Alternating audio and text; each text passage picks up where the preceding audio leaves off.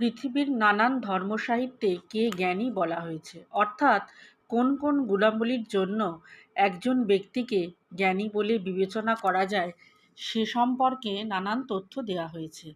কিন্তু বৌদ্ধ সাহিত্যের অনন্যতা এখানেই যে এখানে কেবল জ্ঞানী নয়, কোন বৈশিষ্ট্যের জন্য একজন ব্যক্তিকে মূর্খ বলা যায় সে সম্পর্কেও নানান কথা বলা হয়েছে।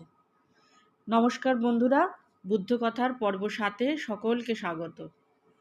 বুদ্ধ তখন শ্রাবস্তীর জেতবন বিহারে অবস্থান করছিলেন। দলে দলে লোক তার ধর্মকথা শুনতে ভিড় করছে। পথে দুই চোরের ইচ্ছে হলো ব্যাপারটা একবার গিয়ে দেখে। তো দুজনে মিলে গেল। এদের মধ্যে একজনের বুদ্ধকে দেখে মনের মধ্যে এক বিশাল পরিবর্তন আসলো। বুদ্ধবচন শুনে তার শ্রোতাপত্তি ফল লাভ হলো। আর একজন কিন্তু তার নিজের কাজটি সেরে নিল। মানে এক ব্যক্তি একেবারে তন্ময় হয়ে বুদ্ধবচন শুনছিলেন, চোরটি তার গাঁট কেটে কিছু টাকা পয়সা হাতিয়ে নিল।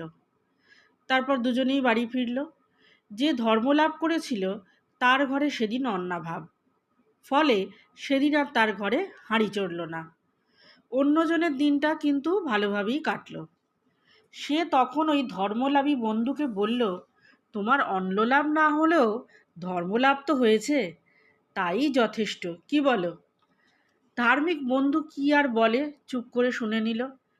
পরে একদিন জেতবনে বুদ্ধের কাছে গিয়ে চোর বন্ধুটির মন্তব্যের কথা বুদ্ধকে জানালো। বুদ্ধ তা শুনে বললেন, ইয়ো বালো মৈয়তি বাল্যং পণ্ডিত বাপি তেন সো বালো চ পণ্ডিত মানি সবে বালতি বুচ্ছতি। অর্থাৎ যে মূর্খ জানে যে সে মূর্খ, তাকে অন্তত ওই জ্ঞানটুকুর জন্য পণ্ডিত বলা যায়। কিন্তু যে মূর্খ ভাবে যে সে পণ্ডিত, সেই আসলে মূর্খ।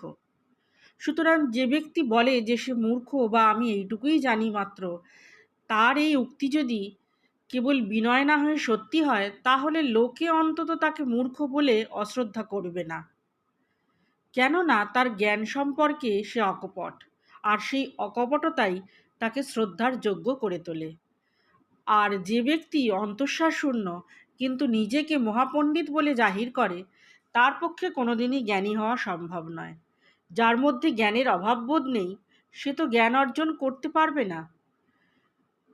তাই সেই মূর্খ অথচ পণ্ডিতমন্য ব্যক্তি চিরকাল অজ্ঞানী থেকে যায়, মূর্খই থেকে যায়।